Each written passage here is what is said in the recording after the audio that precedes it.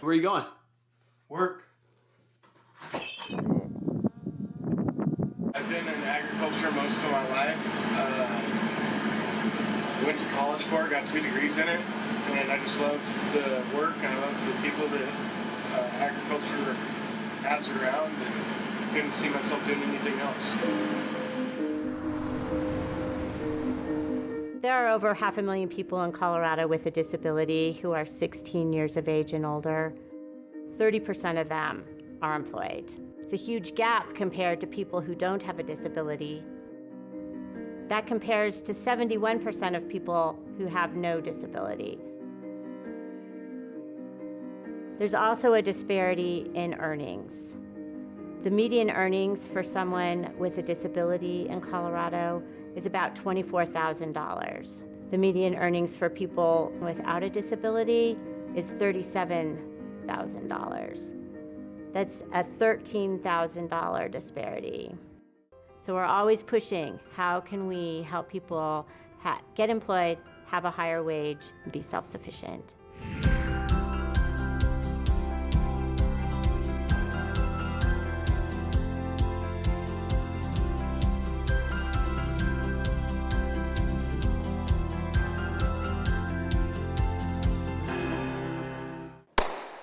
Take one.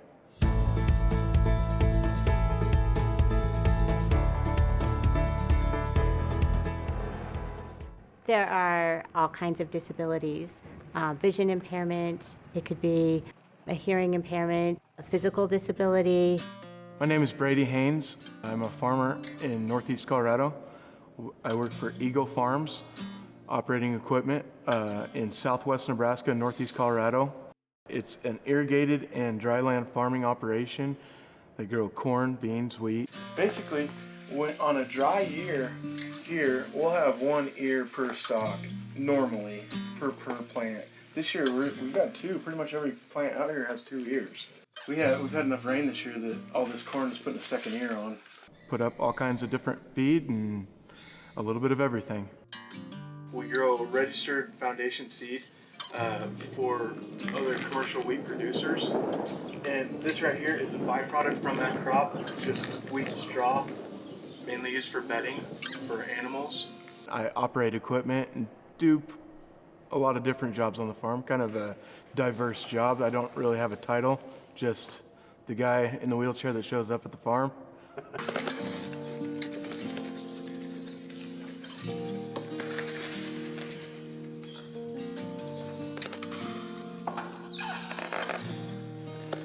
One of the responsibilities on the farm that I've had, one of the things I've done is helped operate a seed treater.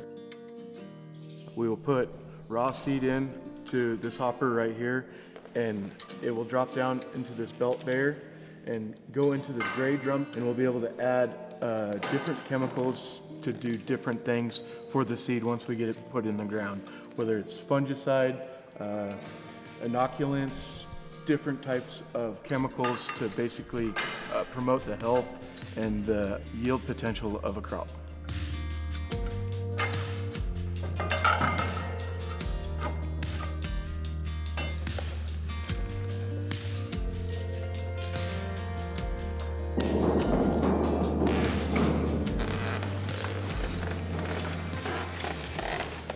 Brady's responsibilities are pretty varied. He's done everything from Go Scout fields for us to tractor work. If you didn't know, and I just told you the tasks that he does, you wouldn't have any idea that he's got a disability. Best part about Brady, I've said a couple different times, is Brady just enjoys working. Everything we've asked him to do, he'll do. Some of my favorite things are just working with the people that I work with, doing a lot of different farm operations, whether it's tillage operations. Today we're running a VT rig. It's a residue management tool more than a tillage tool. All these corn stalks that we have out here, we need to size up a little bit so they run through a drill when we go to sow wheat this fall. Or operating a swather, any kind of tractor work. Okay, so this is a GPS monitor. This one, just as long as I get to be around the people that I work with and in the place that I like to be in the country, I'm a happy camper.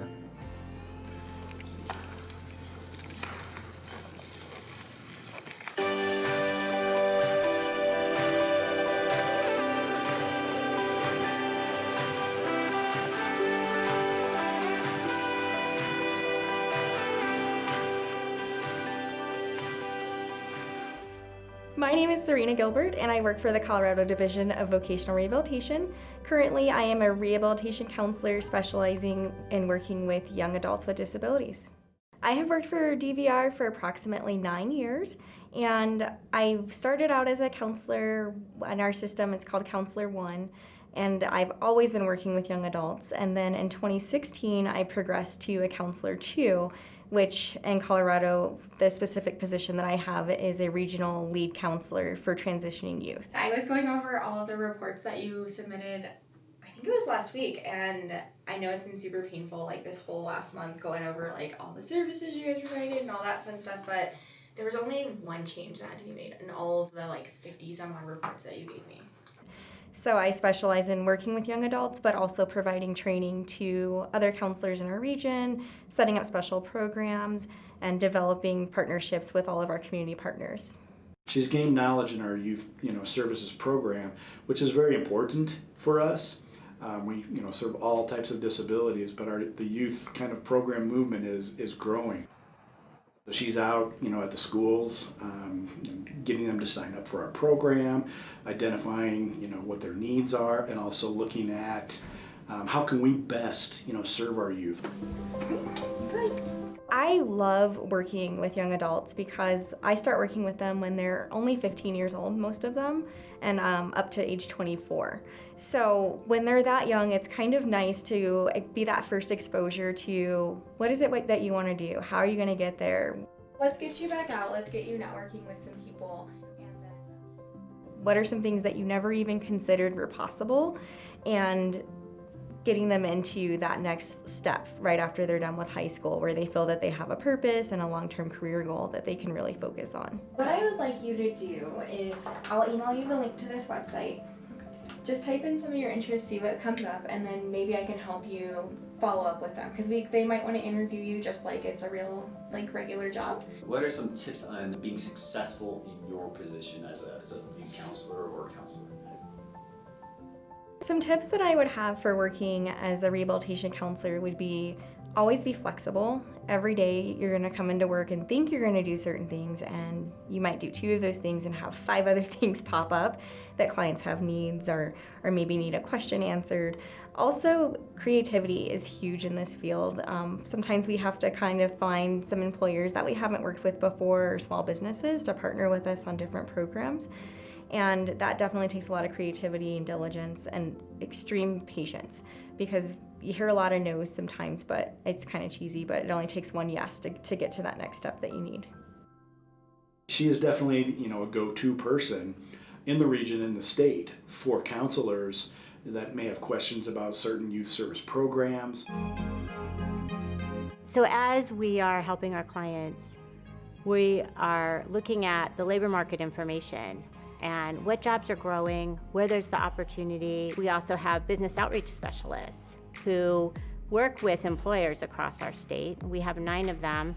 They've reached out to over 1,200 employers this past year to find jobs for people with disabilities and really bring the information back to our counselors and to individuals looking for work about what kind of jobs are necessary, what kind of skills that employers are looking for. And we're placing people in all sorts of industries, including agriculture, retail.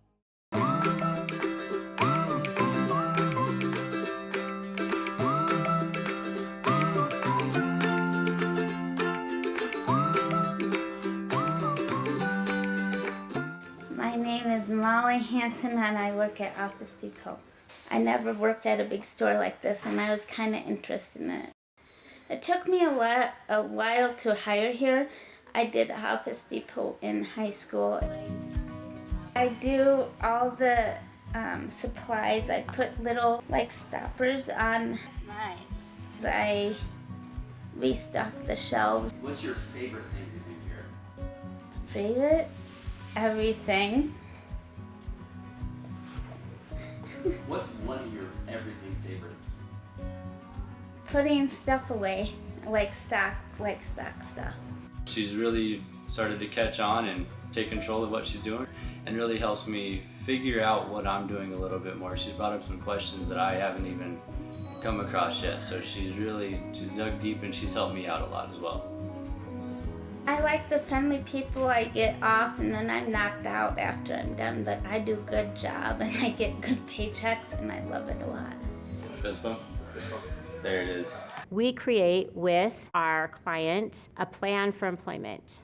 That plan includes a large range of things that are really targeted to the needs of that individual person. We can provide assistive technology that may help them on the job. The first thing that they do is an assessment. My pickup that I use to get in and out of the tractor, Department of Vocational Rehabilitation sent me to an ag-ability counselor to identify what modifications I needed to get in and out of equipment to do my job. They come to your farm and they try to come up with the roadmap for the most efficient, effective way for you to not only just do your job, but do it to the best of your ability. Ag-ability can come up with the recommendations, but DVR helps implement them through their counselors. Taryn, who's my counselor in Sterling now, has just been incredible to work with. In Brady's case, we partnered with Accommodations, and they came to his farm and kind of assessed his needs and made a report of recommendations that we could purchase items from that list. One thing we purchased was a truck bed lift.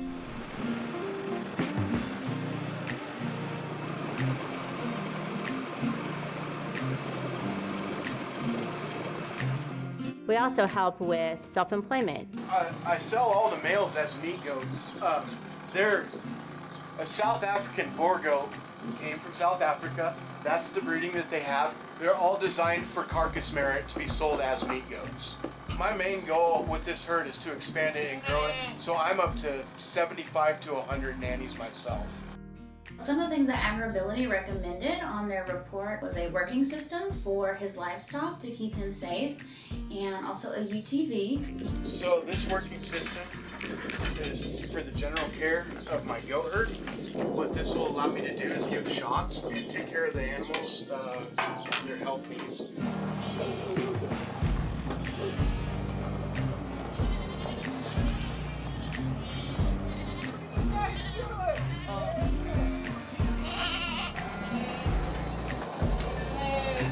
This is my meat goat herd. They're such an athletic animal and they're so energetic. That working system is super critical to keep me safe and them also safe, so we can restrain them tightly, firmly, without hurting them and without hurting me, to keep us both safe.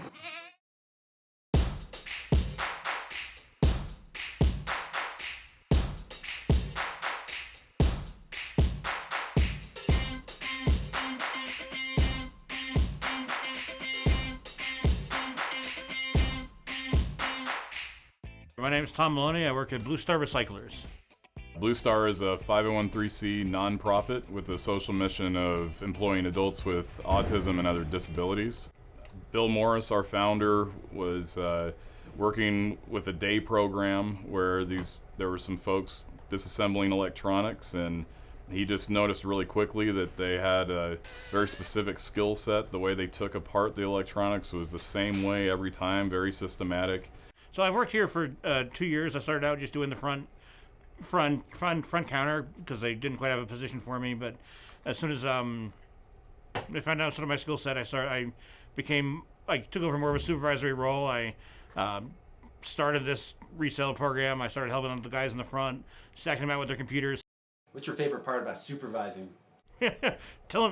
Delegation. My favorite part about supervising is delegation, of course. No, it's great to kind of get the work done and all, but also to be able to then, okay, I have the bigger picture in mind also, like, because like I was doing it all myself. I was okay. Well, I have to sort all this RAM and I have to do these specific things. Now I can kind of be like, okay, I've got these guys doing this, so I can now find out who wants to buy the stuff and what more we can get. I can kind of do a little bit of higher level planning and that kind of stuff.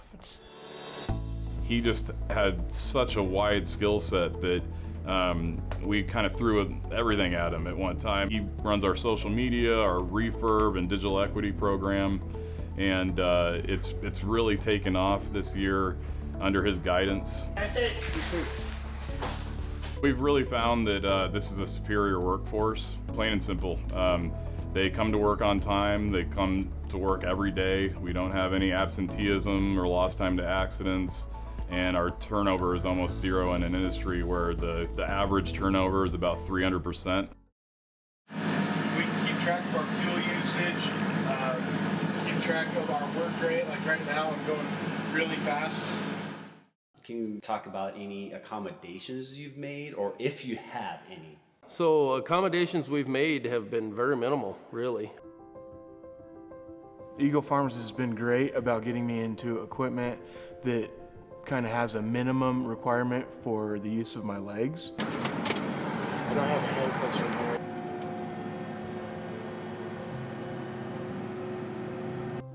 At most, we use a hand clutch to get it into gear, get the tractor into gear. Then everything else is pretty much run by your hands. If there's something that is an easy thing to do, but it's gonna take a lot for me to do as far as transfers, they kind of have really minimized that for me, helping me fuel up and do things like that, and help me work on equipment that I would have to get on the ground and work on that would just be a pain in the neck for me to do. They show up and help me out with it. They don't necessarily they don't look at my limitations so much as they know that to keep me at 100%, they need to help me watch my skin. They need to help me minimize the wear and tear on my shoulders. And they've done that. I didn't have to ask them to do that. They've just kind of known. And that's been a pretty fantastic thing. So I think one of the interesting things, about Serena, and is her time management and effectiveness of that. So she is able to look at, her work week and say, this is where I've got to be, this is how I need to be there, and coordinate. And I think that's a big piece. She has to, coordinate with, who's, assisting her to get somewhere. When she's there, at a school, it makes her very effective in her job and very timely, in the activities that she does. So Serena usually gets around with Metro Mobility, to and from work. She's able to schedule with them to, get to appointments. I think the biggest things are, her computer and her phone and the technology that is on there. As an individual with a vision impairment, I have had a lot of accommodations that have been made for me to be able to do my job. Most of them are technology related. So for example, I use what's called JAWS, it stands for Job Access with Speech, which is a screen reader that allows me to access pretty much anything on the computer that somebody with using a mouse would be able to access. And it turns everything into a text-to-speech engine. Kind of sounds like a robot sometimes.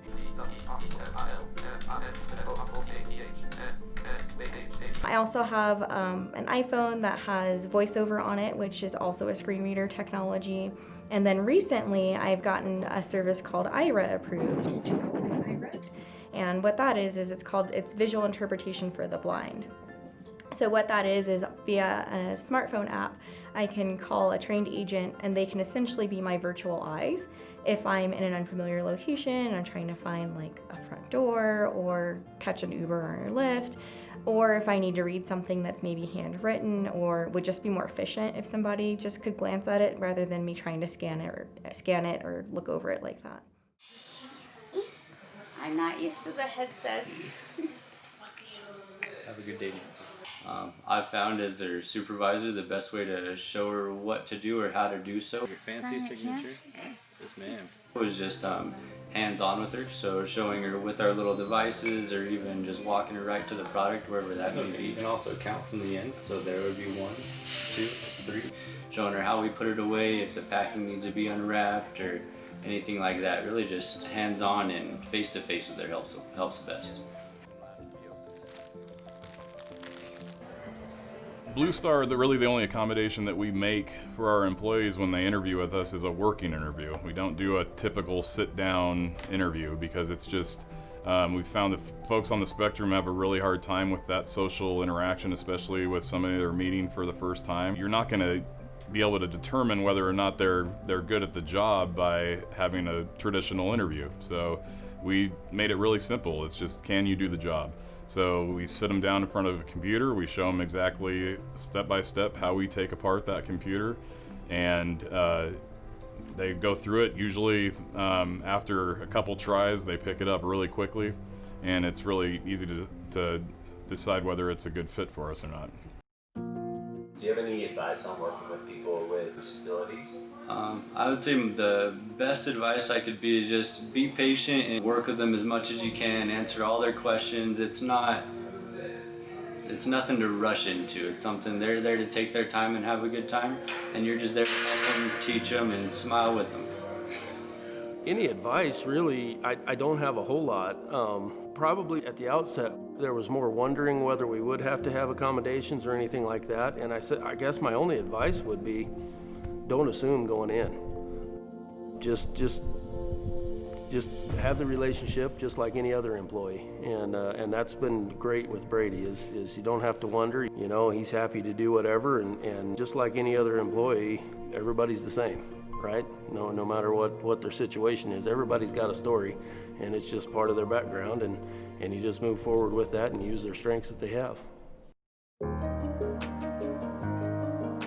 I'm hoping to really get the message out there that employment is for people with disabilities, and that employers would believe that and see this as the untapped resource that it really is, that people with disabilities would maybe see this film and believe that they could work. They could see themselves in one of these people that you're highlighting, and they believe that they could work. What advice would you give to people with disabilities on job seeking? On job seeking, well, the one thing, again, that I said that helped me is I'm a theater major, so taking an acting class, like just especially for just the interview or improv, they help you sort of loosen up, and they teach you the stuff that neurotypical folks might like kind of understand intuitively. It's actually some good like training for that, and also just self advocate. Don't be afraid to disclose you have a disability. Say, hey, look, I'm looking for this job. I'm really good. I might not do good in this interview because I've done bad with eye contact. I get nervous on that, but show me the job, and I'll show you I can do it. And it's okay to have somebody there helping you. Like if you need somebody to help. Some advice that I would have for individuals with disabilities looking for employment is, number one, figure out what it is you really, really like to do and what would be the best fit for you. Oftentimes in the disability community, we sometimes can tend to settle for, well, this is the place that hired me, so this is where I'm going to kind of remain, or I'm just grateful to have a job. Which job experience is definitely great to have, but if it's something that you really truly are not passionate about, then definitely take that time to look at what is it that I really want to do, where do I want to be, and don't be afraid to take that risk to go to the career that you really will enjoy.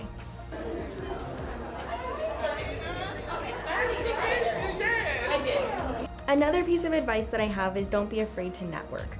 Sometimes we can get a little bit overwhelmed going to a group with lots of strangers and trying to kind of make your way through a crowd of people. But networking is a number one way that you're going to make those connections that you might want to make to get to the career that you want to be in. You have to put yourself out there a little bit if you want a job. It doesn't matter if you're able-bodied or not. You have to go and look for it. You're gonna find that you have to help yourself a little bit, and if you do that, people will help you.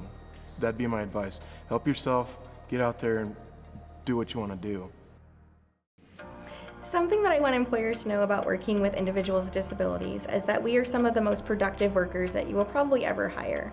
Once we get those great accommodations in place, we will take off running and typically stay a little bit longer for you, so you don't have to worry about hiring a new individual into a new job and training somebody new.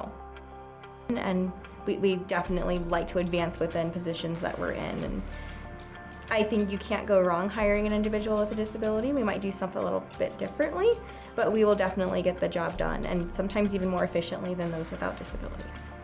How I want to be seen as a disabled person in the workforce, just as someone that is capable and competent and can do the job that anyone else can. They just might have to find a different way to do it, but the results will be the same. So one of the things when you're a disabled farmer and you rely on a wheelchair, if you have pneumatic tires, you have to be cognizant of these plants here called puncture vine, which produce these little stickers, is what we call them, goat head stickers. They'll puncture the inner tube of your tire and leave you with a flat tire. So it would behoove you to get hard inserts for your tires if you're going to be doing this type of work. You have to have the mindset that you just want to do what you want to do. Surround yourself with people that can help you make that happen, and then the rest will take care of itself. You just show up.